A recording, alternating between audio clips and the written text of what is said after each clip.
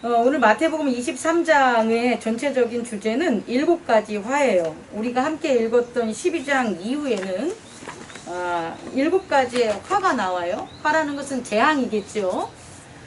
그런데 제가 7가지 화를 오늘은 얘기를 안 할 겁니다. 이따 2부 시간에 나눌 기회가 된다면 함께 나눴으면 좋겠고요.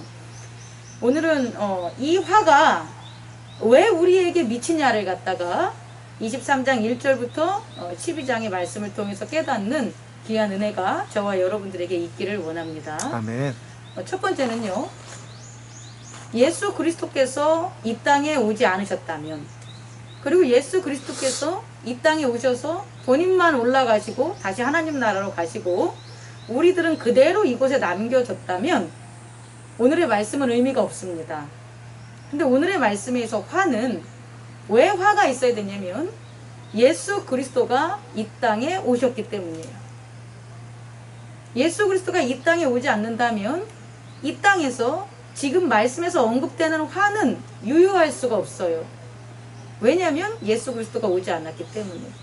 또 하나는 이와 같이 예수 그리스도가 오시면서 이 땅에 왜 이러한 화를 당하게 하냐라고 보면 그의 백성을 구원해서 하나님 나라로 인도하기 위한 목적이 있기 때문에 이 화가 있는 거예요.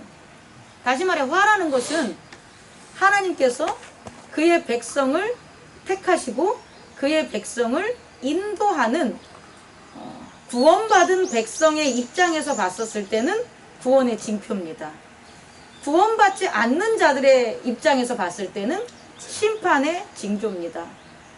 구원받은 사람들은 이게 재앙이 구원의 측면에서 바라볼 수 있는 그런 말씀의 어떤 뜨임이, 열림이 여러분과 제가 있기를 원합니다. 아멘. 첫째로 그걸 전제로 하면요. 그래서 예수님께서 오셔서 바리새인들과 율법학자들을 나무랄 수 있는 거예요.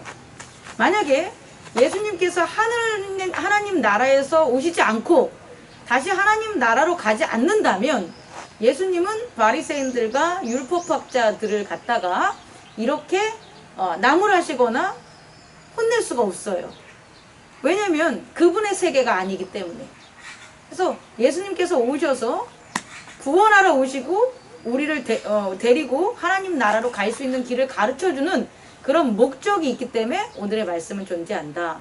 그래서 예수님께서 말씀하신 그 말씀을 이제 찾아보면 너희들은 제자들에게 한 얘기도 될 수 있고 모인 무리들도 될 수 있는데 너희들은 뭐라고 얘기합니까? 서기관들과 바리새인들이 모세의 자리에 앉아 있으니 그러므로 무엇이든지 그들이 말하는 바는 행하고 지키되 그들이 하는 행위는 본받지 말라라고 해요. 우리 같으면 예수님이 하나님 나라에서 오지 않으셨다면 아마 이랬을 거예요. 야, 서기관들하고 바리새인들하고 어울리지 마. 걔네들 못돼 처먹었어. 걔네들 걔네들은 잘못된 거 가르치니까 걔네들하고 어울리지 마. 이렇게 얘기했을 거예요. 그리고 똑같이 서기관들과 바리새인처럼 정죄하는 죄의 안에 머물러 있겠죠. 하지만 예수님께서는 하나님 나라에서 오셨고 하나님 나라로 가시기 때문에 진리를 알고 계시다는 거예요. 다시 말해 죄를 제거할 수 있고 용서할 수 있는 방법을 예수 그리스도는 가지고 있는 거예요. 그래서 제시를 하는 거예요. 뭐라고 얘기하냐면 그들의 말은 지키되 그들의 행동은 본받지 말라고 한 거예요. 그러면 왜 그들의 말은 지키고 그들의 행동은 본받지 말라는 것을 우리는 깨달아야 되겠죠. 이 서기관들과 바리새인들이 모세의 자리에 앉아 있어요. 그럼 그들이 말하는 것은 누구의 말일까요? 모세의 말이 되는 거예요.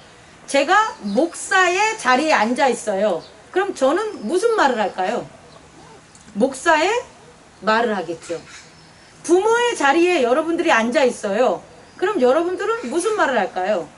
부모의 말을 하는 거예요. 근데 모세가 모세의 자리에 앉아 있으면 모세는 말도 모세의 말을 하고 행동도 모세의 말을 할 텐데 모세가 아닌 자가 서기관들과 바리새인이 모세가 아니면서 모세의 자리에 앉아 있으니까 모세의 말을 하니까 그들은 모세의 행동을 하지 못하는 거예요. 이해할 수 있겠습니까? 부모가 부모의 자리에 앉아 있었을 때 그게 쉬운 자리가 아니잖아요. 아이를 낳는다고 부모가 아니라 낳아서 부모가 아니고 아이를 성장시키고 양육시키는 것까지가 부모잖아요. 아멘. 근데 아이를 낳은 그 당시에는 난 거밖에 자리에 앉지 못해요. 아이를 낳음으로. 그래서 만약에 내가 내 아이를 낳았어 라고 해서 부모 자리에 앉아 있으면 어떻게 되냐면 양육하는 과정을 모르기 때문에 결국은 자녀를 잘 다스릴 수가 없어요. 그래서 선생의 자리에도 앉았다가 종의 자리에도 앉았다가 친구의 자리에도 앉았다가 여러 가지로 변하는 거예요. 우리들은 그렇다는 거예요. 다시 말해 자리라는 것은 뭐냐면 그 사람에게 그 사람이 앉을 자리에서 그 사람이 말을 한다면 그 사람의 말은 행함이 뒤따르게 되는 거라는 거예요. 그런데 그 사람이 앉을 자리가 아닌데 그 사람이 그 자리에 앉아 있으면 행함이 뒤따라질 수가 없다라는 거예요. 목사도요, 제가 이제 목회를 한 9년째 하고 있지만 초창기에 이렇게 목회할 초창기에 목사님들은 실제적으로 목사의 자리에 앉아 있는 게 아니에요. 왜냐면 말 잘못했습니다. 목사의 자리에는 앉아 있지만 초창기이기 때문에 목사와 성도와 목회에 대한 걸 몰라요. 아직 깨달음이 적기 때문에. 그래서 행함이 적을 수밖에 없다라는 거예요. 여러분 이해할 수 있겠습니까? 우리 이 세상에 사는 모든 사람들의 자리는 온전하지 않다는 거예요. 왜냐하면 시작하는 시점에 있어서는 뭐기 때문에 앞으로 벌어질 미래에 대해서 예측하지 못하고 경험하지 못하기 때문에 그 자리에만 앉은다고 해서 행할 수 있는 게 아니라는 거예요.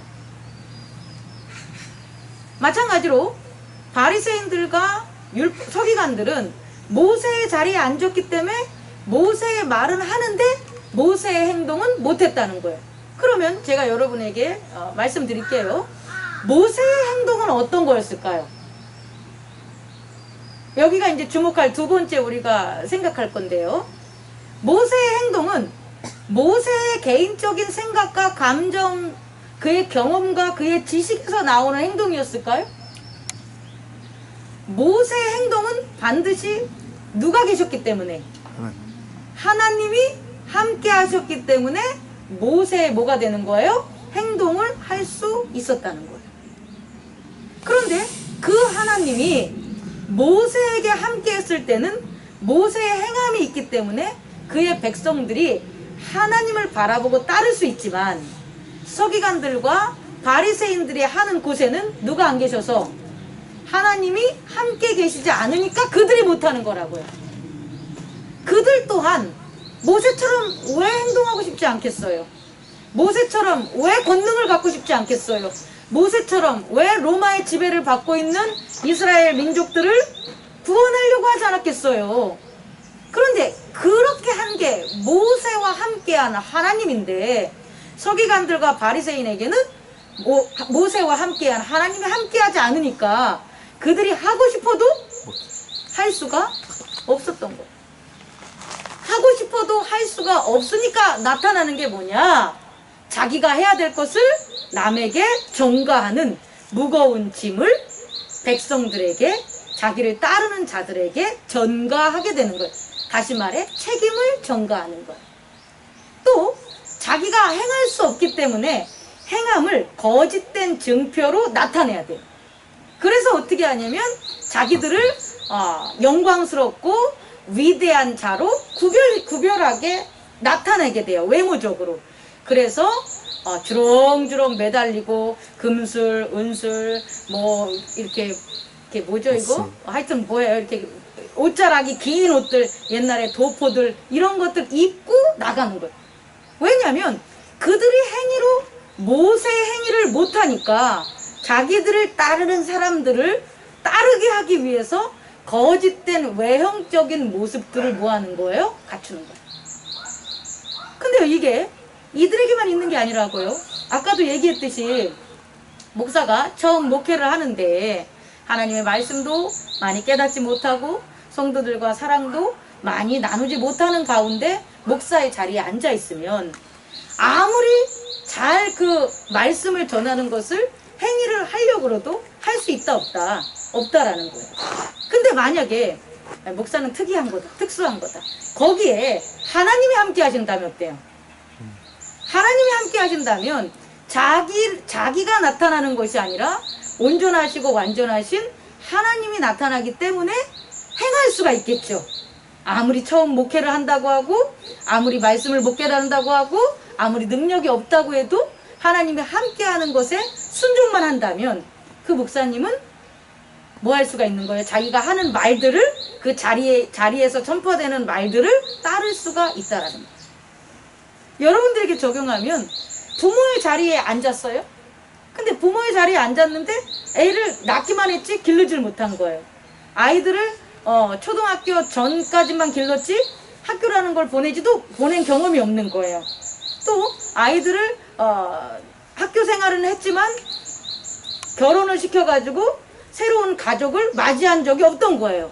그런데 이 사람에게 누가 계시다면 하나님이 함께 한다면 그가 하는 말을 그 부모가 뭐 할 수가 있을까요? 행할 수가 있다라는 거예요. 다시 말해 자기가 행하는 게 아니라 하나님이 함께 하신다면 그 말씀에 순종함으로 미래적 경험을 하지 않음에도 불구하고 뭐 할 수가 있는 거예요? 자기의 말을 행할 수가 있다는 거예요. 다시 말해 구원은 자기가 말한 것을 행함으로 함께 가는 것이 구원의 길이라는 거예요. 물론 이건 이제 어떤 잘됨의 길을 얘기하는 거예요. 예수 그리스도께서 자기가 하나님의 나라를 말씀하신 것을 그분이 행했기 때문에 예수 그리스도 안에 구원이 있는 거예요. 근데 예수 그리스도가 아닌 자들은 말은 많이 할 수 있지만 그것을 행함을 증명할 길이 있다 없다? 없다라는 거예요. 그래서 거짓이 되는 거예요. 우리도 마찬가지라는 거예요. 우리 또한 우리가 말하는 것을 우리가 행할 수만 있다면 우리의 자녀들이나 성도님들이나 혹은 우리의 이웃들을 갖다가 잘됨으로 이끌어갈 수 있다라는 거예요. 근데 우리가 말하는 것을 우리가 행할 수 없다면 결국 우리는 이 바리새인들과 서기관들처럼 거짓된 과장된 행동들, 거짓된 목적들, 거짓된 여러 가지들을 계속해서 보이겠죠. 그러므로 말미암아 선함 X 잘됨으로 이끌어가는 게 아니라 잘못됨으로 이끌어갈 수 있다라는 거예요. 세 번째, 그렇다면 하나님께서는요, 하나님이 우리와 함께 하심으로 두 가지를 주시는데 모세와 함께 함으로 두 가지를 주신 것처럼 우리와 함께 함으로 두 가지를 주심을 여러분들과 깨닫는 시간을 갖기를 원합니다. 다시 말해 말과 행동이 일치하기 위해서는 반드시 두 가지가 필요하다는 거예요. 하나님이 애굽에서 이스라엘 백성을 출애굽하면서 이스라엘 백성에게 두 가지를 줘요. 첫 번째 준 것은 뭘까요? 율법이에요. 이스라엘 백성에게 하나님의 말씀을 주신 거예요. 애굽의 말이 아니라 애굽의 말씀이 아니라 하나님 나라의 말씀을 주는데 그 말씀이 뭐가 되는 거예요? 율법이 되는 거예요. 그리고 그 말씀을 모세가 돌판에다가 적은 거예요. 또 하나는요, 뭘 주시냐면 하나님의 제단을 주시는 거예요. 이것은요, 모세뿐만 아니라 아브라함에게도 동일한 거예요.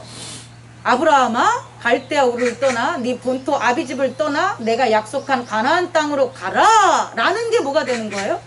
하나님이 주신 말씀이 되는 거예요. 그리고 아브라함은 그 말씀만 가지는 게 아니라 아브라함에게 하나님에게 제사를 드릴 제단을 허락하셨다는 거예요. 우리도 마찬가지예요. 우리에게도 하나님은 예수 그리스도의 말씀, 구약의 바이블 말씀을 우리에게 주셨고 또 그 말씀과 더불어 주신 게 뭐냐면 제단을 주셨는데 그 제단이 교회인 거예요. 그래서 우리는요, 말과 행동이 일치하려면, 다시 말해 하나님께 전해받은 말씀을 실천하며 살려고 한다면 이 두 가지가 필요하다는 거예요. 그런데 이스라엘인들은요, 모세 시대 때는 하나님의 말씀과 그 말씀을 온전하게 실천할 수 있는 제단을 모세가 잘 꾸려서 하나님이 모세에게 직접 그 제단의 회막에 나오셔서 어떻게 됩니까? 불과 연기로 그분의 임재하심을 나타냈단 말이에요. 하나님이 함께 했다는 거죠. 근데 어느 순간부터 제사장이 죄를 저지르면서부터 하나님의 말씀을 순종하지 않고 거짓된 행동들을 하면서부터 하나님께서는 그 제단에 나타나지 않으셨다는 거예요. 그리고 구약의 마지막에 말라기에 이르렀을 때는 내가 모든 제사장들을 모두 다 심판하리라. 그들을 세운 것을 내가 후회한다고 하고 나는 다시는 너희들에게 나타나지 않을 거라는 엄중한 말씀을 하셨다는 거예요. 다시 말해 지금 오늘 마태복음 23장의 배경이 되는 이 이스라엘인의 서기관들과 바리새인들은 율법은 가지고 있지만 뭐가 없는 거예요? 제단이 없는 거예요. 그래서 이들이 어떻게 되냐? 외식하는 행동을 하게 된다는 거예요. 그런데 예수 그리스도가 오셔가지고 그들이 따르지 못했던 그들의 사람의 율법은 다 폐하시고 하나님께로부터 다시금 모든 인류가 따를 수 있는 율법을 우리에게 주셨어요. 새 계명을 너희에게 줬다 그래서 하나님을 사랑하고 이웃을 사랑하라는 새 계명을 줬어요.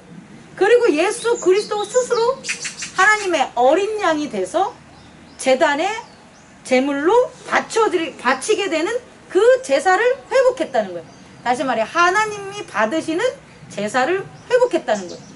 그래서 예수 그리스도의 제자들은 예수님에게 받은 말씀과 예수님께서 행하신 제단을 예배를 그대로 따르면 어떤 일을 할 수 있는 거예요? 자기가 하나님께서 받은 말을 전함과 동시에 뭐 할 수가 있는 거예요? 행할 수 있으니까 그들에게서 뭐가 나간다? 능력이 나간다는 거예요. 다시 말해 하나님이 역사한다는 거예요. 그것을 전한 게 사도행전이에요. 말씀을 정리 안 하고 다시 한번 여러분에게 강조하면 우리들의 삶에서 우리들의 삶이 잘 안 되는 이유가 뭐냐는 거예요. 잘 되지 않고 안 좋은 쪽으로 자꾸 가는 게 있을 수 있다는 거예요. 교회에 있어서도 그럴 수 있고 가정에 있을 수도 있고 사업에 있을 수도 있고 여러 가지가 있을 수가 있어요. 그럼 왜 안 가는 거에 대해서 우리는 내가 잘못했지, 내가 능력이 없지 라고 생각을 하는 거죠. 그리고 그거에 대한 답은 찾지 못하는 거예요. 물론 내가 잘못한 거예요. 근데 이건 개인적인 나의 문제가 아니라고요. 인간이라는 메커니즘의 문제라는 거예요. 인간이기 때문에 그럴 수밖에 없는 거라는 거죠. 어느 누구도 그 자리에 그렇게 있다면 그와 같은 행동을 할 수밖에 없는 거예요. 어느 누구는 특별하고 어느 누구는 능력이 많아가지고 그 자리에서 잘 되는 게 아니라는 거예요. 우리 모두가 안 좋은 상황에 처해져 있었을 때 우리가 우리의 개인적인 능력과 경험만으로 그 문제를 해결하려고 그러면 우리 모두 다 실패할 수밖에 없어요. 그런데 이 문제를 해결할 수 있는 게 뭐냐 봤더니 모든 잘됨에 있어서는 나이스에 있어서는 반드시 누가 함께 하셨기 때문이다. 하나님이 함께 하셨다는 거예요. 그 하나님이 직접 여호와의 이름으로 함께 하실 때가 구약이고요. 그 구약의 말씀, 이스라엘 백성 말씀 전과 그 후에는 그리스도가 나타내줘요. 물론 구약에서도 그리스도가 나타나요. 다윗의 시대, 모세의 시대 다. 다시 말해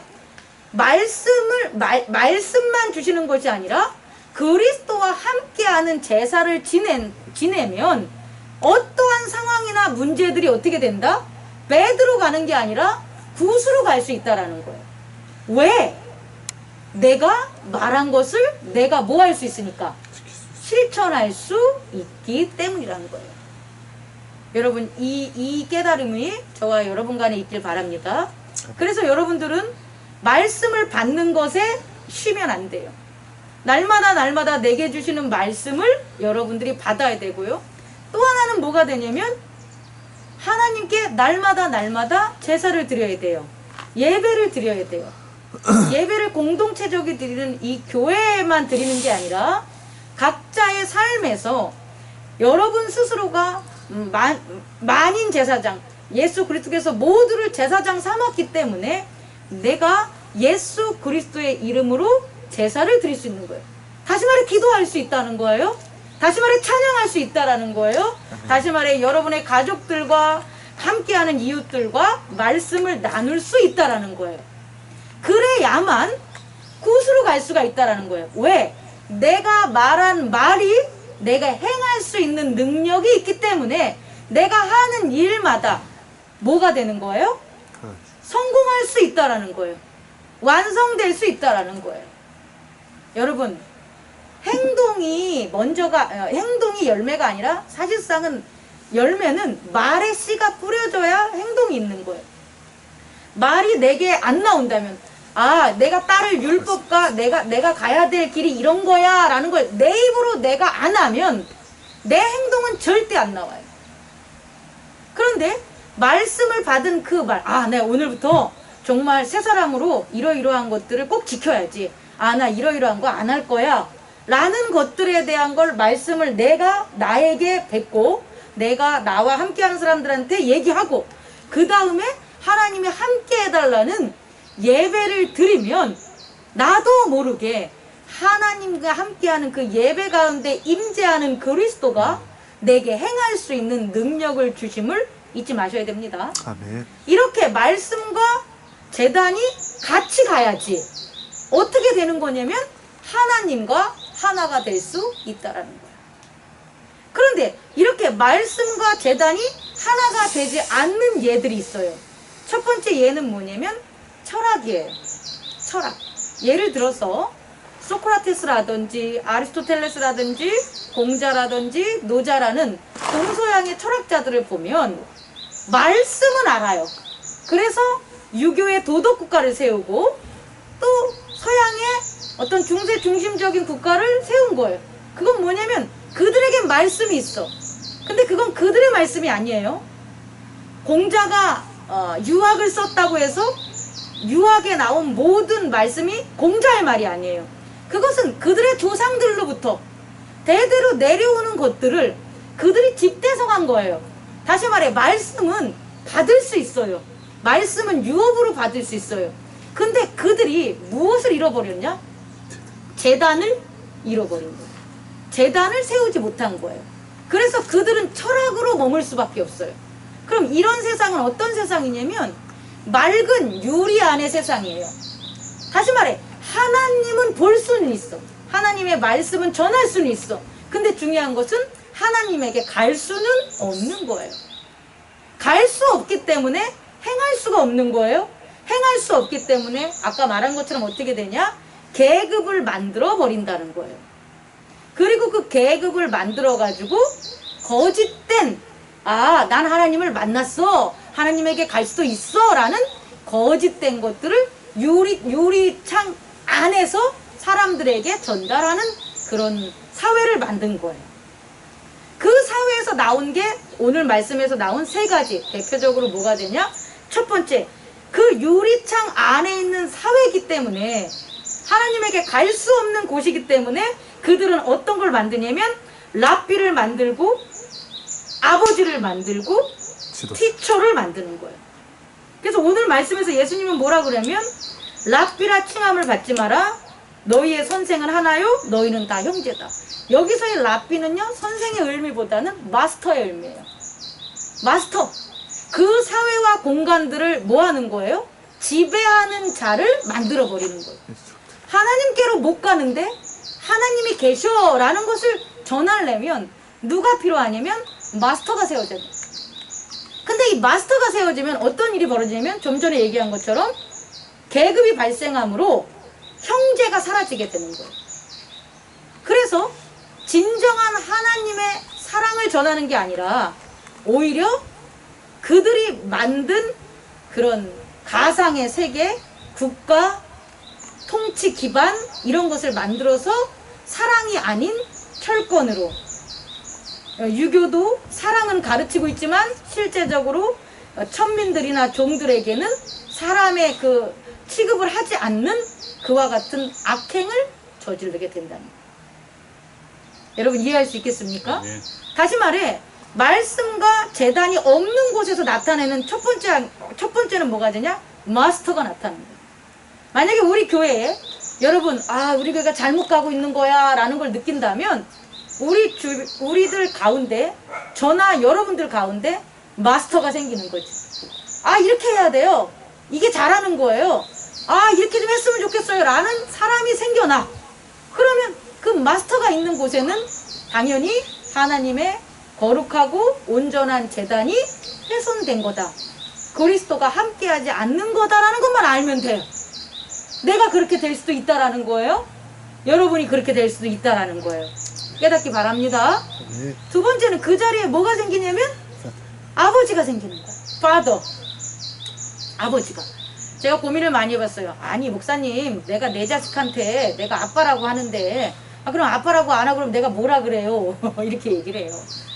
그 아빠가 가지고 있는 의미를 우리는 살펴봐야 돼. 자녀들에게. 내가 아빠야. 그러면서 야 이거 해. 너 이렇게 안 하면 너 죽어. 내가 낳았잖아. 라고 하는 그 father. 이게 잘못됐다는 거예요. 사실상 자녀가 태어났을 때 그 자녀에게 아빠라고 하지 않고 내가 네 친구야. 혹은 내가 네 삼촌이야. 라고 만약에 했다고 칩시다. 그럼 그 아이는 내가 네 아빠야 라고 했었을 관계와 전혀 다른 관계가 형성된다라는 거예요. 다시 말해 아버지라는 게 그게 생명의 주체권을 갖는 힘이라는 거예요. 그 생명의 주체권의 힘을 가지고 있는 그게 바로 뭐냐? 하나님의 올바른 제단이 없어진 그런 곳이라는 거예요. 생명의 주체권은 누가 가질 수 있다? 주권은 하나님밖에 없다라는 거예요. 그런데 인간 세계에서 유리벽의 세계, 다시 말해 유리로 봤을 때는 저 하나님의 말씀은 보이는데 그로 향할 수 없을 때에 사람들은 간청하고 사람들은 원하고 요구되겠죠. 그랬을 때 아버지를 세워놓는 거예요. 육신의 아버지를 세워놔서 그 육신의 아버지가 마치 영혼의 아버지까지도 다 차지하는 자리에 있는 게 바로 여기서 말한 father라는 거예요. 더 나가서 자기를 낳아준 사람이 father가 아니에요. 이 말은 문화사회적으로 우리 고대 국가들을 보면 자기를 낳아준 아빠가 만약에 종이면 그 종을 아빠로 보지 않아요. 그리고 누구를 아빠로 보냐? 그 집의 주인인 양반을 아빠로 섬기는 거예요. 이해할 수 있겠습니까? 그렇게 그들이 father라는 것을 만들었다는 거예요. 오늘날의 시대의 father의 의미가 아니라 이때의 father의 의미는 생명을 주권을 가진 그 자리가 아버지라는 거예요. 그래서 그 아버지라고 부르지 말라. 그럼 그렇게 아버지를 두면 누구를 정말 모르는 거예요? 나의 생명을 주관하시는 하나님 아버지를 알 수가 없고 빼앗기게 되는 거예요. 그래서 그렇게 두지 말라고 하시는 거예요. 세 번째는 뭐라고 했습니까? 티처. 여기선 선생이에요. 선생을 두지 말라. 자, 왜 선생을 되지 말라고 하냐면 선생은 없다.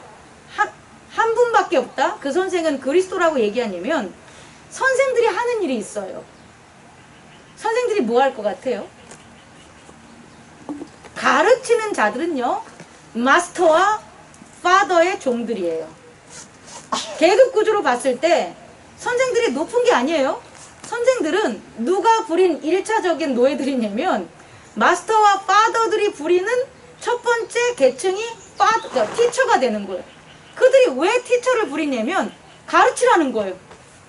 무엇을 가르치라는 거예요? 마스터를 가르치고 그들이 세운 파더를 가르치라는 거예요. 그래서 티처들이 하는 것은 하나님 나라를 전하는 게 아니라 그 나라의 임금을 전하는 거고 그 나라의 임금이 좋아하는 것, 정책하는 것, 그가 세운 것들, 그의 공적들을 뭐 하는 거예요? 전하라는 거예요. 그게 티처들의 역할이라고. 다시 말해서 이 땅에 티처가 있다면 어느 나라를 못 전하는 거예요? 하나님 나라를 전하지 못하고 어디를 전하는 거예요? 이 세상 마스터와 이 세상의 파더들을 전할 수밖에 없다는 거예요. 그래서 티처가 되지 말라는 거예요. 티처는 누구밖에 없다? 그리스도밖에 없다. 다시 말해서 그리스도는 하나님을 전하는 거예요. 하나님을 나타내는 거예요. 하나님과 함께 하시는 거예요. 그렇기 때문에 선생은 누구밖에 없다는 거예요? 그리스도밖에 없다라는 거예요. 말씀을 마치려고 합니다. 여러분, 우리가 살아갈 때에 모든 배드한 문제들은 반드시 말과 행동이 일치하지 않았기 때문에. 근데 말과 행동이 일치하는 것은 내가 할 수 있는 일이 아니에요. 왜냐면 행동은 뒤에 경험적인 것이 뒤따르는 게 인간의 메커니즘인데, 그렇게 하려면 나는 이미 말을 하고 행동으로 가기까지 많은 갭과 시간이 요구되는 거예요. 그래서 말을 하고 말을 지키지 못하는 게 당연할 수 있는 세상이 바로 인간이 만든 세상이에요. 그래서 거짓들이 난무한 거예요. 자기가 말한 것이 틀리지 않는다는 것들을 가장하고 왜곡하고 가리려고 다른 도구들을 사용하는 거예요. 그것은 우리들의 내적 작용에서도 일어나요. 내가 말을 뱉고도 내가 그것을 행동하지 못하니까 자꾸 변명하고 자꾸 다른 사람에게 그 책임을 전가하는 비난과 갈등들이 우리 사회에 있다라는 거예요. 그렇다면 우리는 우리의 말과 우리의 행동이 일치돼야 되는데, 그 행동이 일치되려면 누가 함께 하셔야 되냐? 하나님, 다시 말해서 그리스도가 함께 하셔야 된다. 그 그리스도가 함께 하는 게 뭐냐면 말씀을 받고 예배를 드리는 제단이 회복돼야 되는 거예요. 많은 성도들이 말씀은 받고도 변하지 않는 행동을 하는 게 각자의 삶으로 돌아가서 제단 예배를 드리지 않기 때문이에요. 그렇다면 많은 성도들이 그 꿀과 같은 예배를 함께 공예배를 드리면서 받은 말씀들을 실천하려면 무엇을 해야 되냐면 돌아가서 각자의 삶에서 예배를 드릴 수 있는 제단이 회복이 돼야 돼요. 여러분, 그 제단을 저와 여러분들이 세우고 회복하는 귀한 시간을 갖기 바랍니다. 아멘. 그렇게 됐을 때 이전까지 우리에게 거짓된 마스터로 있고 거짓된 파더로 있고 거짓된 티처로 있었던 모든 것들이 사라지게 돼요. 그리고 그리스도가 참 아버지 하나님이 참 그리스도가 그리고 참 진리가 알게 되고 우리들을 갖다 운행하게 만드는 거예요. 성령님이. 그래서 나는 부족하더라도 성령이 역사하심으로 그 행함이 부시될 수 있는 놀라운 은혜들을 경험할 수 있다라는 거예요. 여기서 벗어나는 것들이 화입니다. 여기서 벗어나는 것들이 재앙입니다. 여기서 벗어나는 것들이 실족입니다. 이제 우리에게 실족과 재앙과 화를 면할 수 있는 주님의 귀한 말씀, 그 말씀과 그것을 실천할 수 있는 제단의 회복을 우리에게 주셨으니 이제 우리가 그 말씀을 귀하게 붙들고 1주 동안 다가오는 한 주 동안 승리하는 저와 여러분 되기를 원합니다. 마지막으로 그래서 우리는 이 교회 안에서 예배를 드리기 위해서 노력해야 되는 거예요.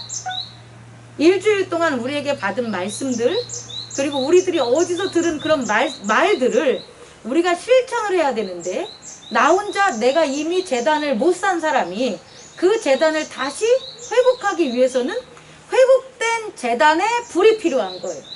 교회는 영원히 꺼지지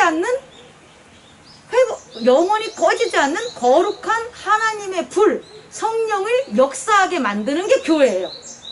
그래서 설령 내가 내 인생에 갔었을 때 실수하고 실족해서 그 불을 잊어버리고 그 불을 약하게 할 수 있어도 교회에 오므로 다시 영원히 꺼지지 않는 그리스도의 교회에 있는 그 불을 가지고 성령의 불을 갖다, 불이 오면 우리가 가져가는 게 아니라 그 불이 우리에게 더 전달되겠죠.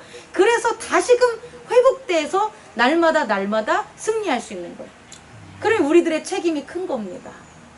나 하나 개인적인 게 아니라 우리 모두가 성령의 거룩한 교회의 불을 지키는 제사장이라는 것을 잊지 마시기 바랍니다. 우리 옆 사람과 인사합시다. 당신이 있어서 당신이 있어서 감사합니다. 감사합니다. 다시 해보세요. 당신이 있어서 당신이 있어서 참 다행입니다. 참 다행입니다. 기도하겠습니다.